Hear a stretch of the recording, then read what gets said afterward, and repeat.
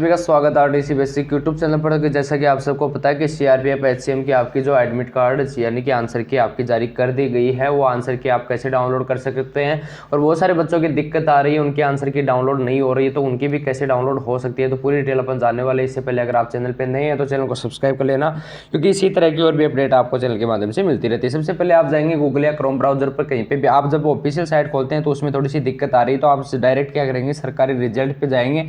सरकारी रिजल्ट पे जाते ही आपके सामने इस तरह का इंटरफेस खुल के आएगा। फिर आप सरकारी रिजल्ट वाली जो ऑफिशियल साइट है उस पर आप जैसे क्लिक करते हैं तो जो उसमें जो नीचे की साइड आप जाते हैं तो यहाँ पे आपको देखने को मिलेगा आंसर की का ऑप्शन, यानी कि जो आंसर की वाला जो ऑप्शन दे रखा है नीचे की साइड, वहाँ पे जाएंगे तो ऊपरी ऊपर जो आपको दिख रहा है सीआरपीएफ एचसीएम में जो आपकी ऑफिशियल जो आपने जो सीआरपीएफ की एचसीएम की जो आपकी लिंक है उसको आपको ओपन कर लेना। उसके बाद में आपको इसमें नीचे की साइड जैसे आप जाते हैं तो यहाँ पे डाउनलोड आंसर की आपको दिख रहा होगा, यानी कि जो डाउनलोड आंसर की पे आप जैसे ही क्लिक कियर पर करते हैं तो आपके सामने इस तरह का इंटरफेस खुल के आता है। तो फिर आपके सामने इस तरह का लॉगिन का एक ऑप्शन खुल के आता है, जिसमें आपका मांग रखा है यूजर आई और आपका जो पासवर्ड है वो आपका मांग रखा है। तो इसमें आपको अपनी यूजर आई और पासवर्ड आपको फिलअप करना है, फिर आपको लॉगिन कर देना है। यानी कि अगर बच्चे भूल गए हैं पासवर्ड वगैरह, अगर कोई बच्चा भूल गया है तो वो आप कैसे इसको डाउनलोड कर सकते हैं। तो forget user ID and password आप जैसे ही करते हैं तो आपके सामने इस तरह का इंटरफेस खुल के आता है, जिसमें आपके जो ऑफिशियल ईमेल आईडी लगाई थी आपने,